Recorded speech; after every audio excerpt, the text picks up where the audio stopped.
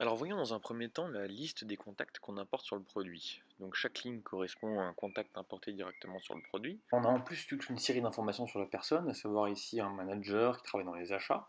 Et puis on arrive à déterminer à travers plusieurs techniques à la fois empiriques, c'est-à-dire qu'on connaît la personne, on a déjà shooté cette personne, on sait qu'elle répond, et aussi on connaît ce type de personne, on connaît les managers des achats, on sait qu'ils répondent positivement, une probabilité donc de réponse positive, et on arrive aussi à déterminer une probabilité que la personne a de bouncer. Enfin, à partir de tous ces éléments-là, on peut déterminer, voilà, moi j'attends 36 réponses, donc pour avoir 36 réponses, je dois avoir une taille de batch de 196 personnes sur ce groupe de personnes-ci. Ça, c'est parce qu'on a réparti les personnes de manière homogène dans les batchs. On a notre liste de contacts, voyons comment on programme un shoot. Alors je sélectionne la liste de contacts préalablement importée, je sélectionne l'adresse mail avec laquelle je veux shooter mon mail, et puis j'ai que à remplir le template du mail. Donc dans notre cas, bonjour, ceci est un premier mail, et là je me retrouve immédiatement, comme j'ai choisi les directeurs des achats, et que les directeurs des achats répondent le mieux le jeudi, le mardi et le mercredi entre 17h et 18h, avec ces trois plages horaires sélectionnées. Si j'avais choisi de shooter des boulangers, il m'aurait automatiquement sélectionné le mardi à 4h du matin pour shooter les différentes personnes.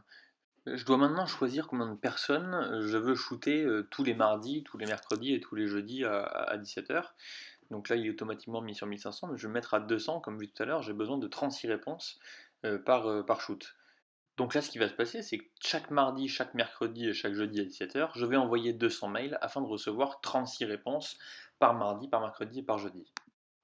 Alors en se basant sur la réputation d'un sender, donc une adresse mail, mais aussi le contenu du mail, mais aussi le contenu de l'objet du mail, on a réussi à mettre en place une procédure de test automatique qui nous permet de vérifier si un mail va tomber ou non dans les spams d'une boîte mail.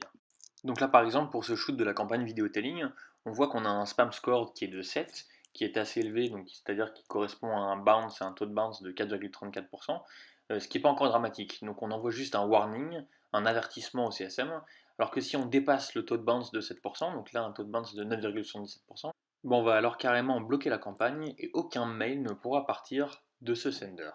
Alors, ce qui est vraiment intéressant finalement, c'est de pouvoir conjuguer différents shoots les uns avec les autres, c'est la pipeline, hein. Donc là, on a trois shoots qui s'affichent, le 1, le 2 et le 3. Et donc là, on va revenir au premier shoot, qui est donc un shoot où il y a 196 personnes qui ont été shootées pour 2,04 taux de bounce, qui est le premier message, où on voit bonjour first name, à très bientôt first name, qui est donc personnalisé.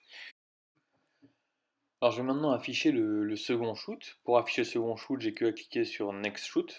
Et là on voit que le second shoot, donc il y a 196 personnes qui vont arriver dans le shoot.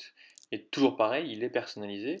Et donc vous notez qu'il y a last message à la fin. Last message, c'est pour afficher le dernier message que la personne a reçu pour simuler en fait une conversation et simuler une réponse directement dans la messagerie. Et alors lorsque j'envoie un deuxième message à une personne, je peux aussi choisir après combien de temps j'envoie ce message, à savoir là, donc il y a un shoot délai de 3 jours, donc j'enverrai ce message 3 jours après le deuxième message. Et il y a aussi un shoot rate, donc combien de personnes je veux relancer par mardi et par jeudi. Et donc avec la pipeline, je peux gérer de manière intelligente les réponses aux différents messages que je vais envoyer. À savoir si quelqu'un répond de manière automatique je suis en vacances, je reviens le 15 juillet, et ben je peux immédiatement le switcher et lui envoyer un message le 16 juillet du coup pour lui dire voilà bonjour, j'espère que vous avez passé de bonnes vacances, et après il suivra le chemin normal de tous les autres, à savoir la deuxième relance 7 jours plus tard, la troisième relance 15 jours plus tard.